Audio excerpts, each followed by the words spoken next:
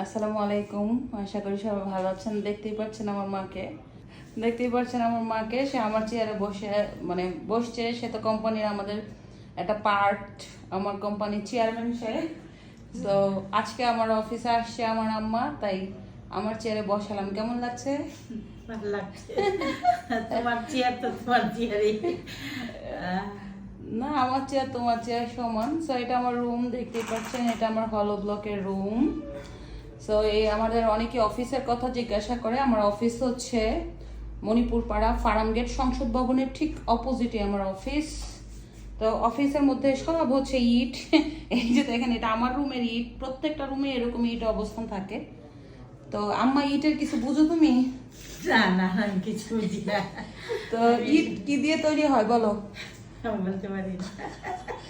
Cement বলো, cement. Cement. আজ শুনি কি কি দিয়ে তৈরি হয়? তুমি এতদিন কতটুকু শিখছো আমার থেকে? কি কি দিয়ে ইট তৈরি হয়? ভুলে গেছি। আমরা কি কি আনি এটা বলো। কি কি আনি কারখানায় সেটা তো জানো যতদূর। সিমেন্ট, বালি, নুড়ি পাথর, নুড়ি পাথরে তো সিমেন্ট, তারপরে আরো অন্যান্য মনে নাই না? মনে নাই। কেমিক্যাল। কেমিক্যাল, হ্যাঁ। হ্যাঁ, তো এই সব হিসাব করে।